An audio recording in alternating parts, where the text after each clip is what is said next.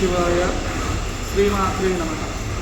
సమస్త భక్త మహాశయులందరికీ కూడా తెలియజేయడం ఏమనగా తేదీ 26/6/2025 అనగా గురువారం నుండి తేదీ 4/7/2025 వరకు శుక్రవారం వరకు వారాహి నవరాత్రులు మన యొక్క దేవాలయంలో జరపబడుతున్నాయి. ఈ యొక్క వారాహి నవరాత్రుల యొక్క విశేషం ఏమిటి అంటే, ఈ యొక్క వారాహి నవరాత్రులు చేసినటువంటి వారికి శత్రుశేషము ఉండదు, రుణ బాధలు ఉండవు, అలాగే ఆరోగ్య సమస్యలు, భార్యాభర్తల కలహాలు, ఇంట్లో ఆర్థిక ఇబ్బందులు ఉన్నా అవన్నీ కూడా నివారింపబడతాయి.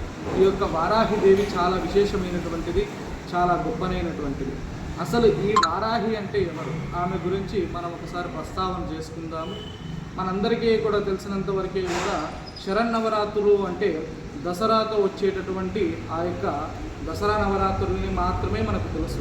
ఇక నవరాత్రులు సంవత్సరంలో 4 నవరాత్రులు ఉంటాయి. చైత్రమాసంలో వచ్చేటటువంటి లలితా నవరాత్రులు, ఆషాఢ మాసంలో వచ్చేటటువంటి వారాహి నవరాత్రులు, అలాగే మాఘమాసంలో వచ్చేటటువంటి శ్యామలా నవరాత్రులు, ఆశ్వీజ మాసంలో వచ్చేటటువంటి దసరా నవరాత్రులు. ఇవన్నీ కూడా మనకు నవరాత్రులు చాలా విశేషమైనటువంటివి. ఇక మనం వారాహి మాత గురించి ప్రస్తావన చేసుకుందాం. అసలు ఈ వారాహిదేవి ఎవరు? ఈ వారాహిదేవి సప్తమాతృకల్లో ఒకరు. ఇక సప్తమాతృకలు వైష్ణవి, బ్రాహ్మి, మాహేశ్వరి, కౌమారి, వైష్ణవి, వారాహి, చాముండి, ఇంద్రాణి, ఇలా 7 మందిలో ఈ యొక్క వారాహిదేవి సప్తమాతృకల్లో ఒకరు. ఇక ఈ అమ్మవారు అనేటటువంటి వారు చాలా విశేషమైనటువంటి. ఈ అమ్మవారు ఎలాంటి సందర్భంలో ఆవిర్భవించారయ్యా అంటే, ఇక హిరణ్యాక్షుడు అనేటటువంటి ఒక రాక్షసుడు ఉండేవాడు. ఆ యొక్క హిరణ్యాక్షుడు వారాహి మాతను మెప్పించడం కోసమని ఘోర తపస్సు చేస్తాడు. ఇక ఘోర తపస్సు చేసిన తర్వాత ఆ అమ్మవారు అతడిని అనుగ్రహించి అతడు కోరుకున్నటువంటి వరాన్ని ఇవ్వడం కోసమని అమ్మవారు అతన్ని అనుగ్రహిస్తారు. ఇక ఆ తదుపరి ఆ యొక్క హిరణ్యాక్షుడు ఆ అమ్మవారిని ఒక కోరుకుంటాడు. అమ్మ, నాకు అమరత్వం కావాలి, అమేయత్వం కావాలి అని. అంటే అప్పుడు అమ్మవారు అంటారు, నాయన అమేయత్వం అయితే ఇవ్వగలుగుతాను. అమేయత్వము అంటే ఎక్కడా కూడా పరాజయం పొందకుండా జయాన్ని పొందడం.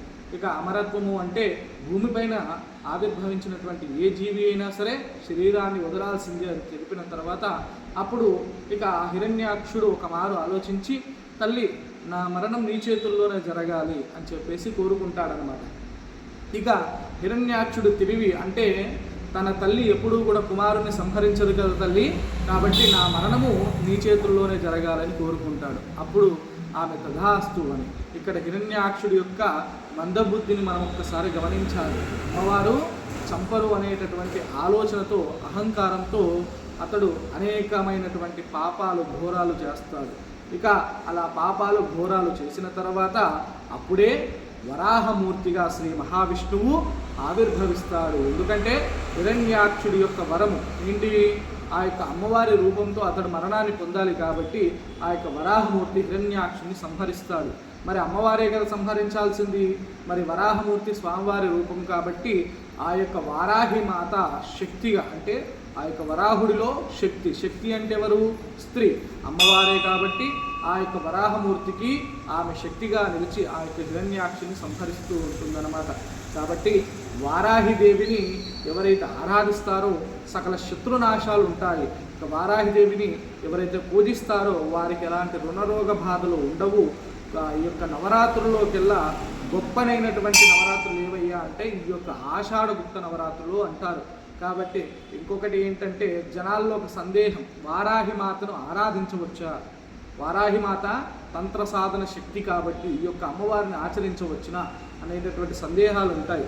అమ్మవారిని ఆరాధించడానికి, తల్లిని ఆరాధించడానికి ఏ కొడుకు కూడా అడ్డులు, ఆటంకాలు ఉండవు. కాబట్టి నిర్మలమైనటువంటి మనసుతో ఆరాధించినటువంటి వాడికి సకల శుభాలు కలిగిస్తుంది ఆ తల్లి. కాబట్టి ఆ యొక్క ఆషాఢగుప్త నవరాత్రులు మన యొక్క దేవాలయంలో చేస్తున్నాము. కావున ప్రతి ఒక్క భక్తుడు కూడా ఆ యొక్క గుప్త నవరాత్రుల్లో పాల్గొని ఆ యొక్క వారాహి మాత అనుగ్రహాన్ని పొందగలరని ప్రతి ఒక్కరికి కూడా తెలియజేస్తున్నాం. ఓం నమః శివాయ.